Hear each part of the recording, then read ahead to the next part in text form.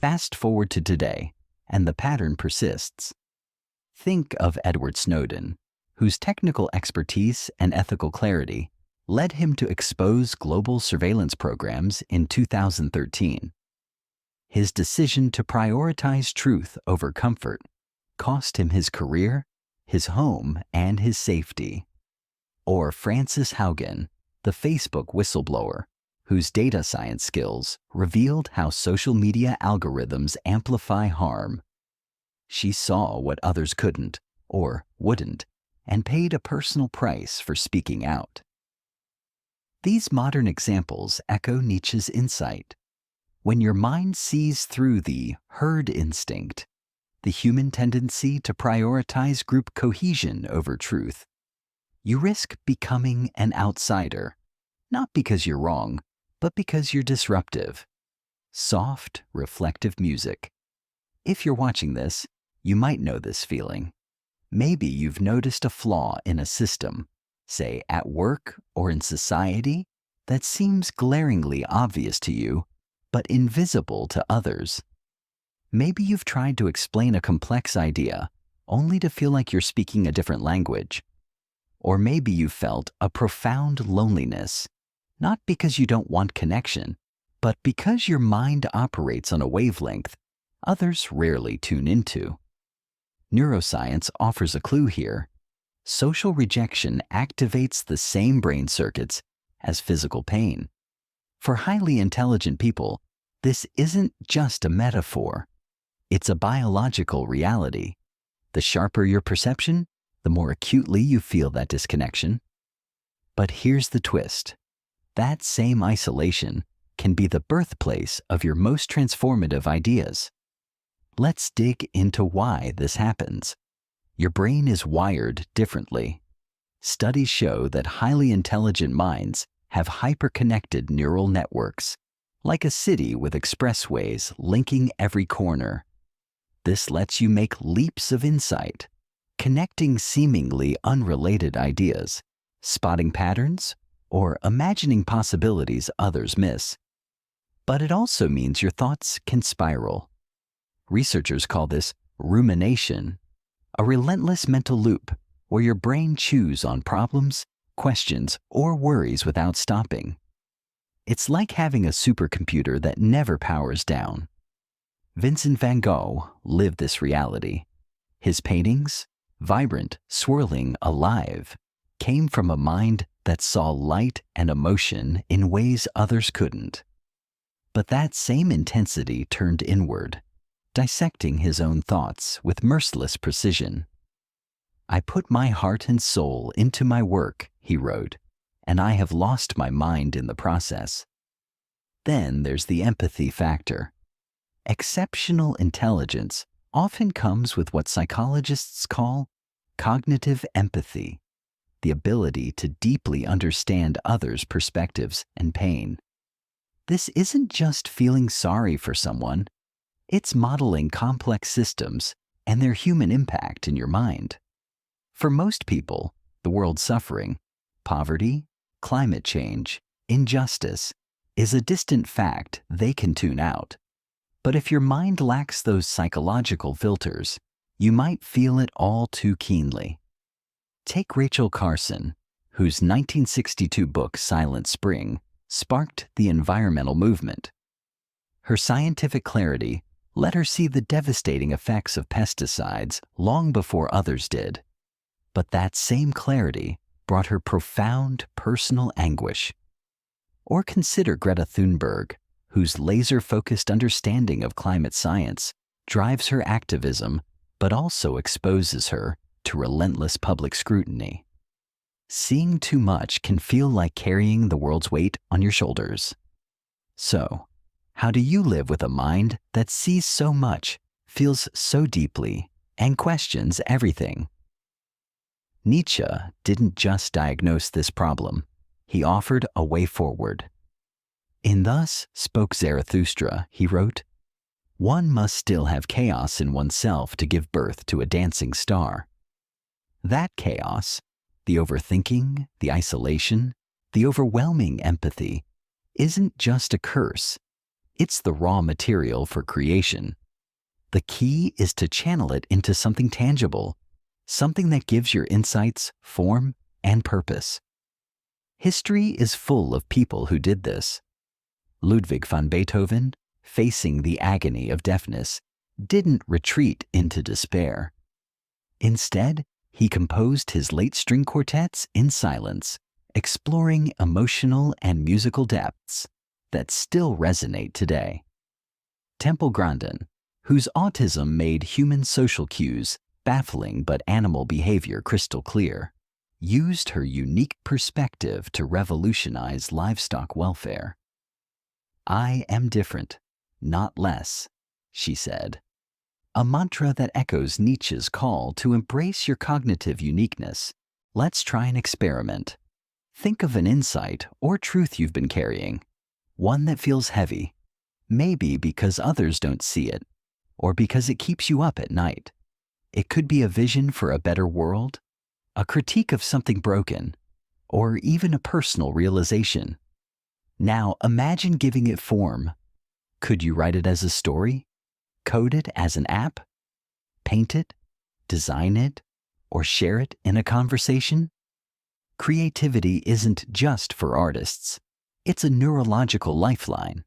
Studies show that creative expression activates reward pathways in your brain, reducing stress hormones and giving your thoughts a structured outlet. For the exceptionally intelligent, creating isn't just self-expression. It's self-regulation. It's how you turn the chaos of your mind into a dancing star. But creativity is just one piece of the puzzle. To thrive with a brilliant mind, you need a toolkit, a set of practices to keep you grounded while letting your intelligence soar. Here's a detailed roadmap to help you navigate the challenges and harness your potential. Curate your information intake. Your mind is a sponge, soaking up knowledge, but too much input can drown you. In today's world, we're bombarded with data, news, social media, endless notifications. Be deliberate. Choose high-quality sources that deepen your understanding, like books, peer-reviewed articles, or thoughtful discussions. Limit mindless scrolling. Set boundaries, like a daily news budget of 30 minutes, to protect your mental space. Develop a personal philosophy. Exceptional minds often reinvent the wheel, questioning everything from scratch. That's exhausting. Build a framework, whether it's inspired by Stoicism, existentialism, or your own values, to anchor your big questions. For example, Nietzsche's concept of eternal recurrence, living as if you'd relive your life endlessly, can guide your decisions without constant existential debates. Write down your core principles and revisit them when you feel lost. Find your cognitive tribe. You don't need everyone to understand you, but you do need a few who do. Seek out communities where your intensity is matched.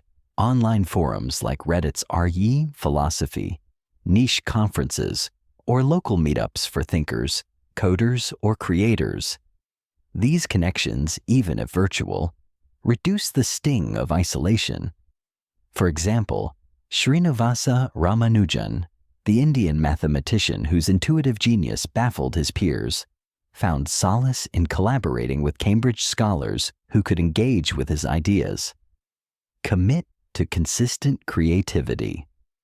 Don't wait for inspiration to strike. Schedule time each week, say an hour every Saturday, to create something. It could be writing a blog, sketching, coding a small project, or even brainstorming solutions to a problem you care about. Consistency turns mental chaos into tangible output. Look at Leonardo da Vinci, whose notebooks overflowed with sketches and ideas, not because he was always inspired, but because he made creation a habit. Practice cognitive self-regulation. Your mind's intensity can feel like a runaway train, but you can learn to steer it. Techniques like mindfulness meditation or journaling can help you observe your thoughts without getting swept away. For example, John Nash, the mathematician whose battle with schizophrenia inspired A Beautiful Mind, developed a diet of the mind, selectively engaging with his thoughts to stay productive. Try this. Set a timer for 10 minutes and write down every thought that comes up. Then decide which ones are worth pursuing. Embrace your role as a creator of meaning. Nietzsche argued that knowledge must serve life, not dominate it. Your intelligence gives you the power to create new values, solutions, or visions in a world that often lacks them. Think of Elon Musk, whose relentless drive to solve problems like sustainable energy comes from seeing possibilities others dismiss. You don't need to colonize Mars, but you can ask, what problem am I uniquely equipped to solve? What legacy can my clarity create? Inspiring music swells. Let's bring this full circle with a modern story. In 2020, Catalin Carrico, a biochemist whose decades of research on mRNA laid the foundation for COVID-19 vaccines, faced years of rejection and obscurity. Her clarity about mRNA's potential was dismissed by colleagues and funding bodies, yet she persisted, driven by a vision others couldn't see. Her work saved millions of lives, proving that the burden of seeing differently can become a world-changing gift. Like Nietzsche's Übermensch, Carrico created value where none existed, turning her isolation into impact. As we near the end, let's revisit Nietzsche's warning. If you gaze long into an abyss, the abyss gazes back into you. But he also offered hope. Your mind's ability to see through illusions, to question everything, to feel deeply. It's not just a challenge. It's a call to create, to build, to transform. The greatest minds in history didn't just survive their brilliance. They used it to reshape the world. Beethoven turned deafness into music. Grannon turned difference into innovation. Carrico turned rejection into salvation. You can too. So here's my challenge to you. What's one insight you've been carrying that feels like a burden? Maybe it's a truth about the world, a vision for change, or a personal realization. How could you give it form? Through art, writing, action, or conversation? Share your thoughts in the comments. I'd love to hear how you're navigating your own brilliance. If this journey resonated with you, hit the like button, share this video with someone who might need it, and subscribe for more deep dives into the human mind. Until next time, don't shy away from your chaos. Dance with it. You're not just carrying a burden. You're carrying a spark that could light up the world.